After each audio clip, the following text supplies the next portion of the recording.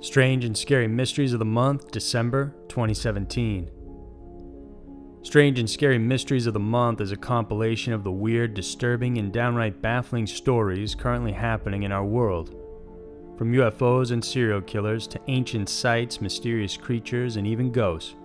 These are the Strange and Scary Mysteries of the Month for December 2017. Number 5. Psychopath escapes mental institution. A violent psychopath is how authorities described escaped murderer Randall Saito. The 59-year-old Hawaiian escaped from the State Psychiatric Hospital in Kehoe by simply walking out the front door. He then hailed a cab, chartered a plane to Maui, and from there flew to San Jose, California, where he had relatives.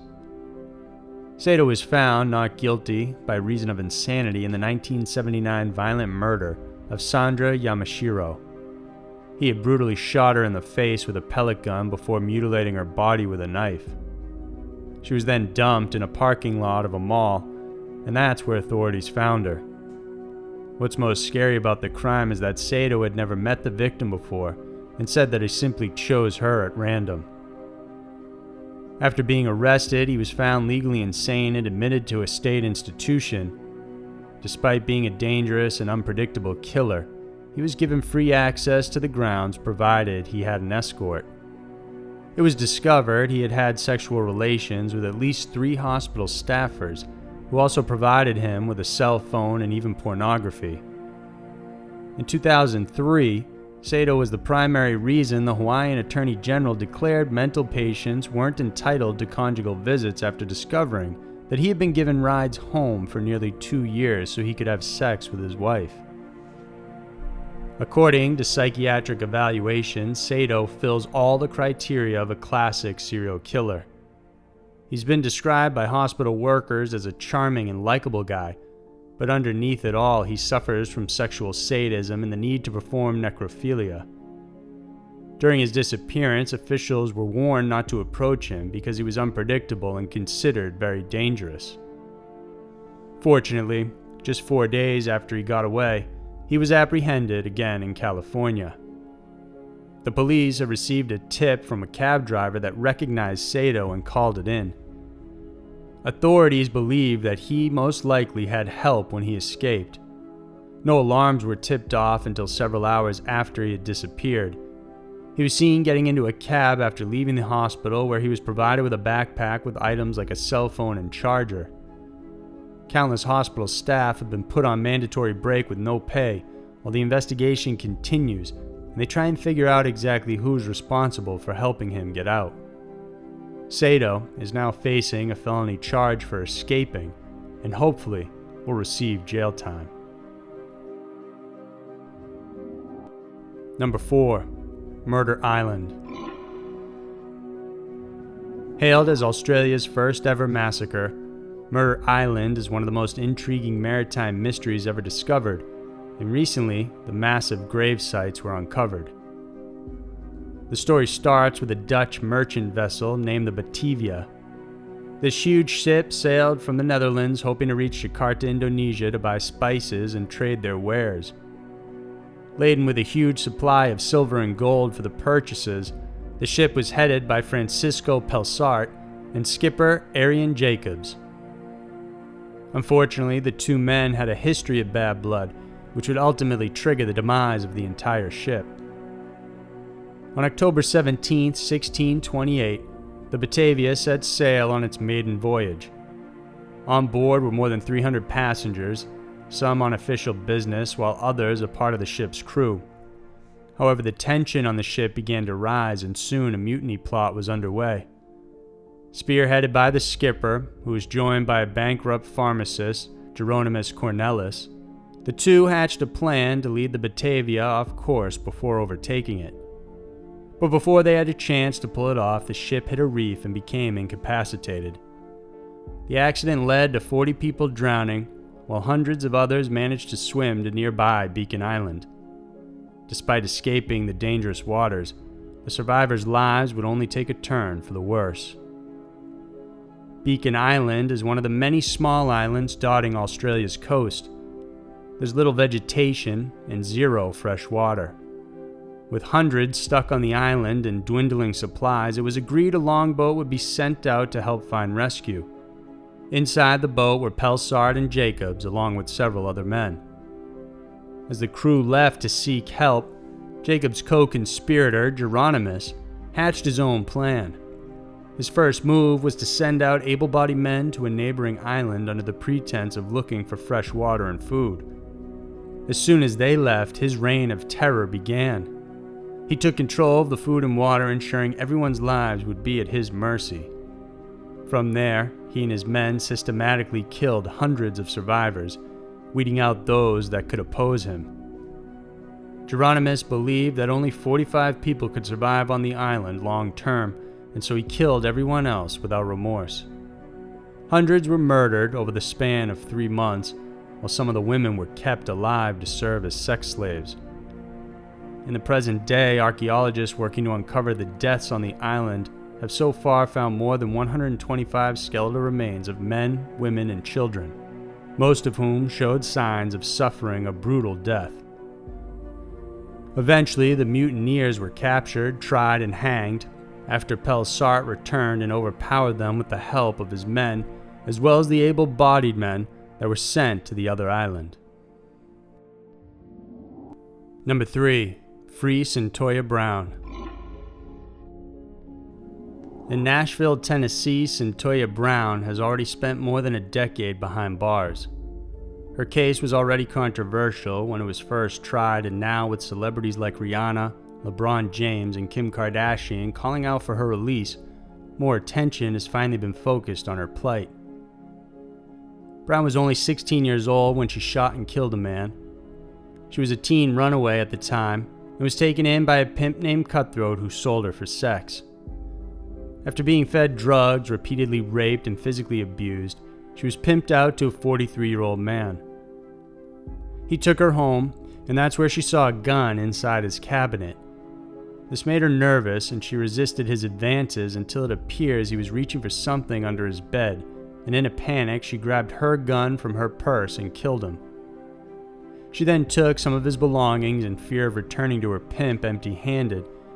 Shortly after that, she was arrested. While she claimed self-defense, she was tried as an adult for murder and sentenced to 51 years in prison, making her eligible for parole only when she turned 69 years old.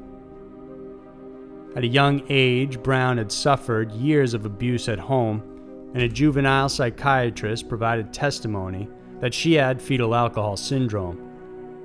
She ran away from her foster family during her teens, and now many people are hoping that with the renewed spotlight on her case, that she'll be able to gain a retrial. Her lawyers are hoping that a new trial will at least give her a chance of being charged with second-degree murder, so that she can then be eligible for parole right away. Number 2. New clue in Sherry Papini case. On November 2nd, 2016, 35-year-old Sherry Papini went for a morning jog in the small town of Mountain Gate, California. When her husband Keith arrived home late in the afternoon, he was shocked to find out that his wife and kids were nowhere to be found. Apparently, the children were never picked up from daycare, and so Keith hit the Find My iPhone app and tried to track his wife's whereabouts. It indicated that her phone was at the end of his street. He drove down there and found it, along with her headphones, as well as a substantial amount of hair that seemed to indicate that it had been ripped out from her head. Keith immediately called 911. For weeks, authorities desperately tried to piece together her disappearance.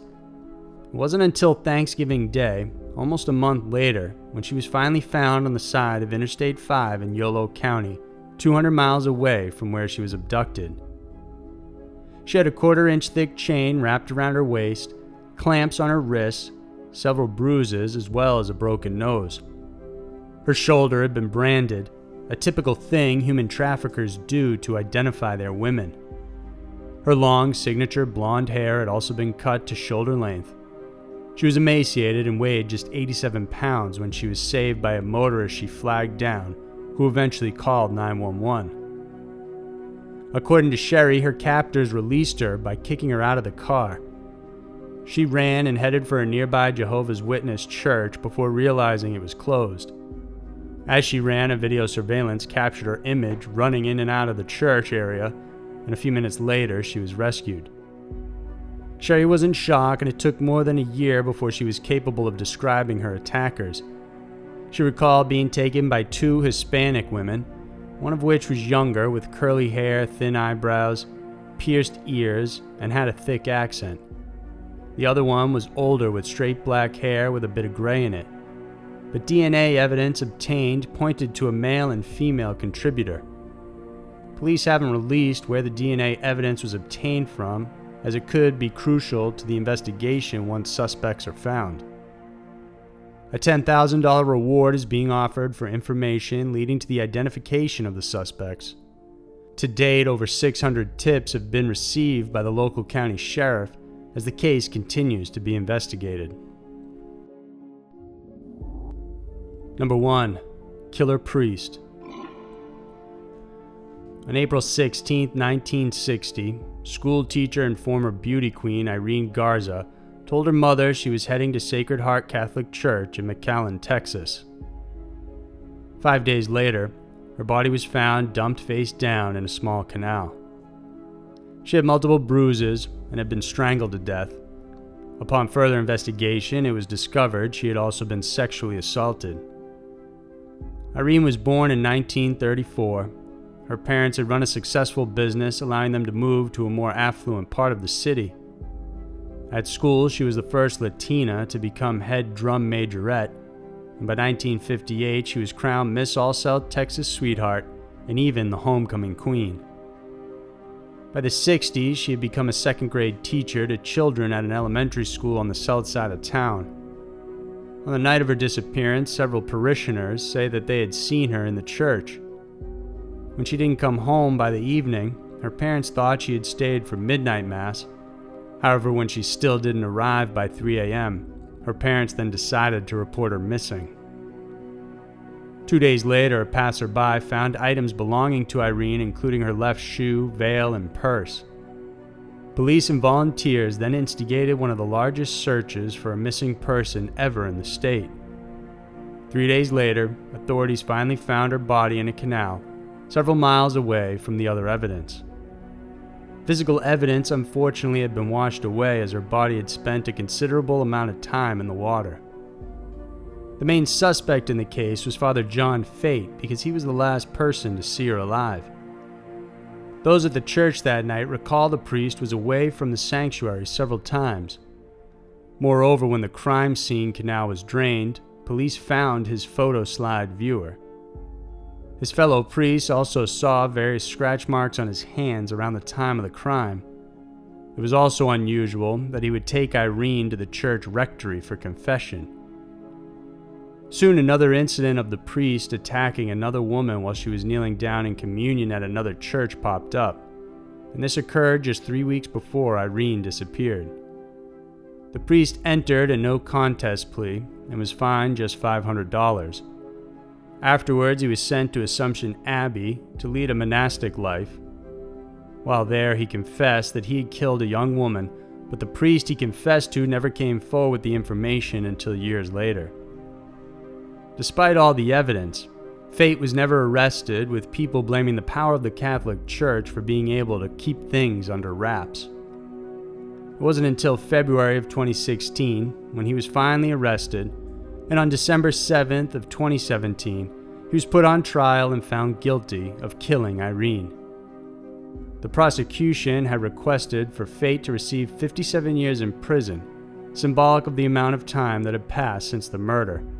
Instead, he was charged with life in prison. At 83 years old, Fate will ultimately die behind bars, paying for his sins.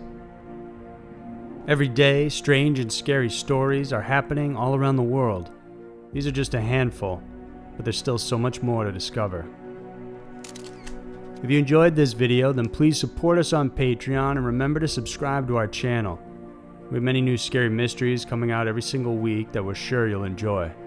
Thanks for watching, and I'll see you next week.